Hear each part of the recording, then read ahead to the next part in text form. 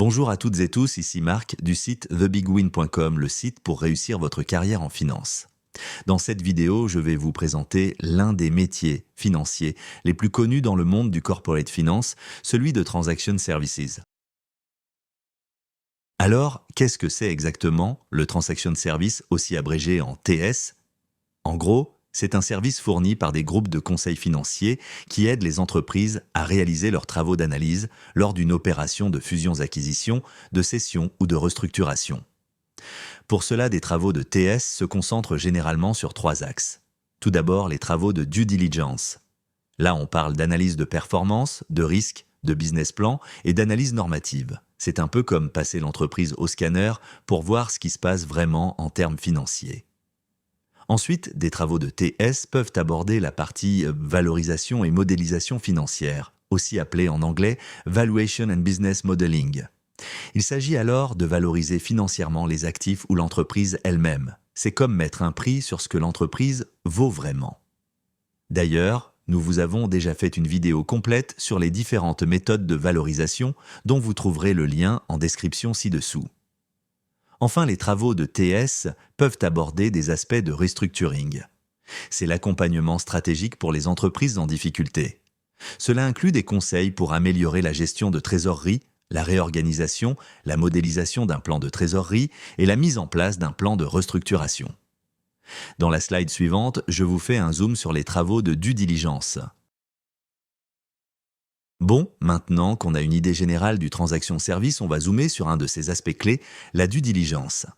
Alors, qu'est-ce qu'une due diligence en TS? En gros, c'est une analyse et une évaluation complète de la situation de l'entreprise cible de l'opération d'acquisition et des risques associés à cette transaction. L'objectif est de bien comprendre la stratégie de l'entreprise, ses points forts et ses points faibles, et d'avoir une vision claire de sa situation comptable, financière, fiscale, sociale, environnementale, etc. Pour réaliser cette due diligence, il y a beaucoup d'échanges de documents entre l'acheteur et le vendeur, ainsi qu'entre leurs conseillers respectifs. Par conséquent, on crée généralement ce qu'on appelle une data room. Il s'agit tout simplement d'un espace cloud de partage de documents totalement sécurisé, un peu à la manière d'un Google Drive partagé, mais mieux organisé et adapté aux besoins d'une opération de fusion-acquisition. À la fin de la due diligence, les équipes de TS qui l'ont réalisé rédigent un rapport complet qui est transmis au client, généralement l'acheteur. Maintenant, parlons des différents types de due diligence en TS. Tout d'abord, il y a la due diligence financière. Là, on analyse la situation financière actuelle et future de la cible. C'est un peu comme passer les comptes de l'entreprise au peigne fin. Ensuite, les travaux de TS peuvent réaliser une due diligence fiscale. On étudie la situation fiscale et les risques fiscaux liés à la transaction. C'est important pour éviter les mauvaises surprises. Ensuite, les équipes TS peuvent réaliser une due diligence sociale. On vérifie les risques liés aux passifs sociaux et la faisabilité des synergies. C'est crucial pour s'assurer que tout est en règle du côté des employés. Enfin, il est possible de faire une due diligence environnementale. On vérifie alors la conformité de l'entreprise aux réglementations environnementales nationales et internationales. Un bon exemple, c'est le scandale du Dieselgate de Volkswagen aux États-Unis. Une entreprise qui en achète une autre veut éviter ce genre de problème et peut donc demander à ses équipes TS de faire une analyse environnementale de la cible. Voilà, en gros, c'est ça une due diligence en TS. C'est un processus super important pour s'assurer que l'entreprise que vous visez est en bonne santé et qu'il n'y a pas de mauvaises surprises cachées. Mais avant de continuer, faisons une petite pause. Je vous rappelle que sur notre site, thebigwin.com, vous pouvez télécharger tout ce dont vous avez besoin pour réussir votre carrière en finance. Tout d'abord, des guides pour préparer vos entretiens qui abordent les questions qu'on vous posera et les réponses à fournir. Nous vous proposons aussi des guides pour apprendre à maîtriser Excel en finance et VBA. Enfin, vous pourrez télécharger des fiches de révision pour comprendre toutes les grandes notions de la finance. Vous pouvez accéder à tout ce contenu en cliquant sur le lien situé en description sous la vidéo. Mais maintenant, continuons là où nous nous sommes arrêtés. Alors, on continue avec un autre aspect super important du transaction de service, l'analyse normative. Qu'est-ce que c'est une analyse normative? Il s'agit d'analyser les résultats financiers de l'entreprise cible pour établir un niveau récurrent et stable d'indicateurs financiers comme l'EBITDA, l'EBIT ou le BFR en excluant les effets ponctuels qui ont pu altérer les résultats à la hausse ou à la baisse ces dernières années. L'objectif, c'est d'écarter les événements exceptionnels pour déterminer le niveau de ces indicateurs en situation normale. Ça permet de rassurer l'acheteur et de négocier le prix de cession de manière plus juste. Pour faire ça, on doit faire des retraitements comptables pour calculer les ratios financiers normatifs. C'est un peu comme nettoyer les comptes pour voir la vraie situation de l'entreprise. Maintenant, parlons de quelques exemples de retraitements qu'on peut faire dans une due diligence. Tout d'abord, concernant les stocks. On peut retraiter les dépréciations inhabituelles et exceptionnelles qui impactent le niveau d'EBIT. C'est un peu comme enlever les anomalies pour voir la vraie performance. Ensuite, le salaire du dirigeant. On peut faire un retraitement positif ou négatif en fonction du niveau de salaire par rapport au marché. Ça permet de voir si le salaire est justifié ou non. Ensuite, les amortissements. On lisse les amortissements pour refléter un niveau normal, ce qui impacte l'EBIT. C'est un peu comme étaler les coûts pour avoir une vue plus claire. Enfin, les produits et charges exceptionnelles. On retire généralement ces éléments pour ne pas polluer les analyses des résultats financiers. C'est important pour avoir une vue d'ensemble plus précise. En gros, les retraitements impactent la valeur de l'entreprise pour définir une activité moyenne, tandis que les retraitements impactant la trésorerie nette mesurent le cash disponible dans l'entreprise à un instant T. Voilà donc ce qu'est une analyse normative en transaction de services. C'est un processus crucial pour avoir une vue claire et précise de la situation financière de l'entreprise. Alors, maintenant, on va parler des différences entre le TS et le M&A. C'est important de bien comprendre ces différences pour savoir qui fait quoi dans une transaction. Tout d'abord, concernant les objectifs des deux métiers. Le TS est axé sur la réalisation de la due diligence et l'évaluation des risques financiers, comptables et fiscaux. C'est un peu comme le détective qui passe tout au peigne fin pour s'assurer qu'il n'y a pas de mauvaises surprises.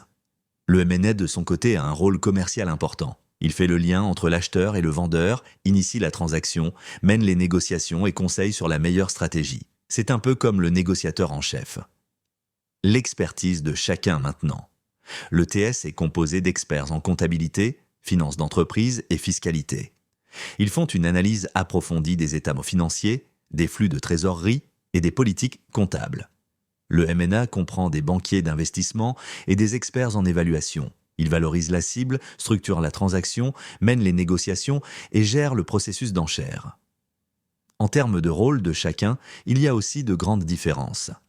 Le TS est surtout sollicité pour mener une due diligence avant la transaction et dans ses phases en amont. C'est un peu comme le check-up médical avant l'opération. Le M&A, au contraire, est impliqué dans toutes les étapes du processus de transaction, de l'identification des cibles à la clôture de la transaction. C'est un peu comme le chef d'orchestre qui gère tout, de A à Z, du début à la fin. Enfin, les méthodes de rémunération des deux métiers varient aussi beaucoup. La rémunération du TS est généralement basée sur un taux horaire, un peu comme les cabinets d'avocats. Ils peuvent parfois percevoir des success fees sur les opérations buy-side en cas de réussite de l'opération, mais c'est plutôt rare. Dans le cas du M&A, la rémunération des banquiers d'affaires est bien plus constituée d'un success fee, c'est-à-dire un pourcentage du prix final de la transaction si celle-ci réussit. En revanche, si le deal tombe à l'eau, ils peuvent ne pas être payés du tout ou très peu. C'est un peu comme un agent immobilier qui touche une commission sur la vente. Voilà en gros les différences entre ces deux métiers. C'est important de bien comprendre ces rôles pour savoir qui fait quoi dans une transaction. Alors maintenant, on va parler des principaux acteurs du transaction de service. Qui sont-ils et quels sont leurs atouts pour un candidat ou un junior en finance ? Tout d'abord, parmi les noms les plus connus du TS, on compte évidemment les grands cabinets d'audit, notamment le Big Four. Travailler en TS pour l'un de ces grands acteurs présente de nombreux avantages. Ces cabinets offrent tout d'abord des formations de haut niveau pour vous aider à devenir un expert en TS et en analyse financière. Vous aurez aussi l'opportunité de travailler avec des clients de renom, ce qui est super pour votre CV. Par ailleurs, vous ne vous ennuierez jamais car les missions sont variées et stimulantes. Parmi ces grands cabinets, on retrouve notamment EY, PwC, KPMG, Deloitte et Mazars. Mais il y a aussi des cabinets plus petits, qui sont même parfois spécialisés presque exclusivement en TS et qui sont très prestigieux dans ce petit monde. Il y a aussi de nombreux atouts pour un candidat qui voudrait rejoindre un tel employeur. Ces cabinets sont très respectés dans le domaine du TS, ce qui peut vraiment booster votre carrière. Ils offrent également une formation professionnelle de qualité car ils peuvent exercer sur des missions très pointues.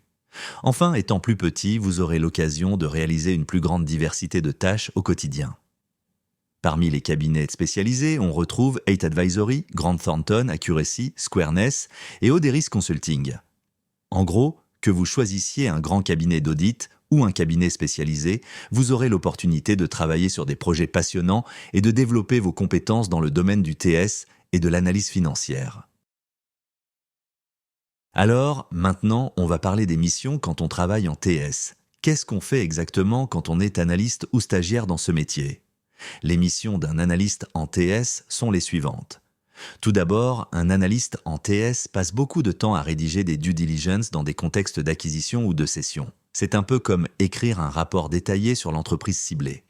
Concernant la partie valorisation et modélisation financière, l'analyste doit plonger dans les chiffres pour comprendre la performance passée de l'entreprise, analyser sa trésorerie et vérifier les hypothèses du business plan. Vous avez intérêt à bien maîtriser Excel. L'analyste calcule aussi des indicateurs financiers clés, comme l'EBITDA normatif, et fait une analyse approfondie du besoin en fonds de roulement de l'entreprise cible. L'analyste doit aussi comprendre le secteur dans lequel évolue l'entreprise et son business model. C'est important pour avoir une vue d'ensemble. Enfin, l'analyste doit identifier les risques qui pourraient affecter la valorisation de l'entreprise. C'est un peu comme jouer au détective pour trouver les points faibles. Concernant les stagiaires, ces missions sont très similaires à celles d'un analyste. Vous allez participer aux mêmes tâches, mais avec moins d'expertise et de responsabilité. Le stagiaire est souvent supervisé par l'analyste. C'est une bonne occasion d'apprendre et de se former.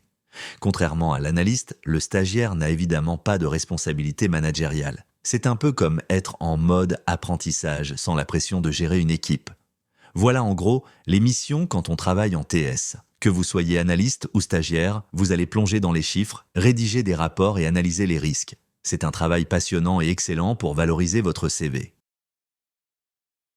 Alors maintenant, on va parler des qualités et compétences nécessaires pour travailler en transaction de service. Qu'est-ce qu'il faut pour réussir dans ce domaine ? D'abord, parlons des compétences techniques ou hard skills.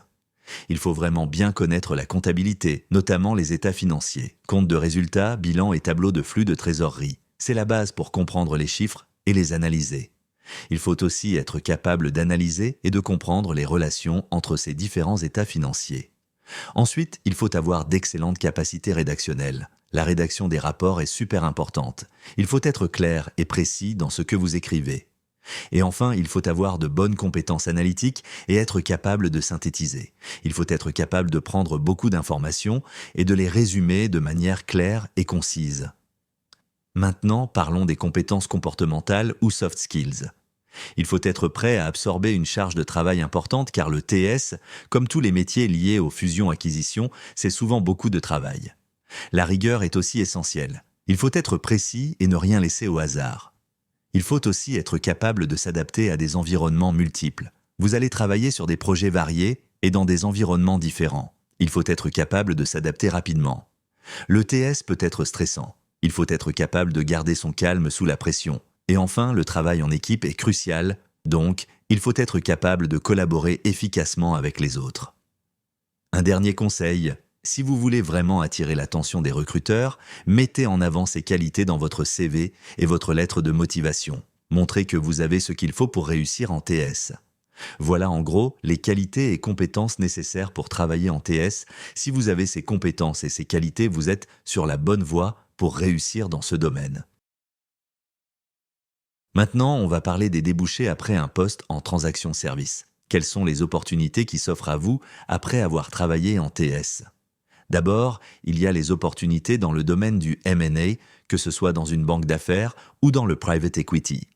Vous pouvez aussi rejoindre le département M&A d'un des Big Four. Une autre option intéressante est de rejoindre la direction financière d'un grand groupe, un corporate dans le jargon. Ensuite, les avantages offerts sur votre CV aux yeux d'un recruteur après un poste en TS sont nombreux. Vous allez obtenir des connaissances comptables et financières solides, ce qui est un atout majeur dans le monde des affaires. Vous allez aussi développer une véritable éthique de travail, ce qui est très apprécié par les employeurs. Enfin, vous allez être en contact avec de nombreux clients, ce qui va enrichir votre carnet de contacts. Mais il y a aussi quelques inconvénients à prendre en compte. Après quelques années, les tâches peuvent devenir répétitives. Le rapport vie professionnelle, vie privée peut être déséquilibré avec des moments stressants et une charge de travail importante. Et enfin, il s'agit d'un milieu élitiste qui nécessite donc une préparation sérieuse pour y accéder, surtout pour les Big Four. En résumé, travailler en transaction de services ouvre de nombreuses portes et offre des avantages significatifs, mais il y a aussi des défis à relever. Si vous êtes prêt à vous investir et à surmonter ces défis, vous aurez de belles opportunités devant vous dans les métiers du TS. Voilà, nous avons fait le tour de tout ce que vous devez savoir sur le métier de TS. Si cette vidéo vous a plu, n'oubliez pas de vous abonner à notre chaîne pour en découvrir toujours plus sur les métiers financiers. Enfin, si vous voulez mettre toutes les chances de votre côté pour réussir votre carrière en finance, rendez-vous sur thebigwin.com via le lien situé sous la vidéo. Vous pourrez télécharger tous nos guides d'entretien, de maîtrise d'Excel et nos fiches de révision.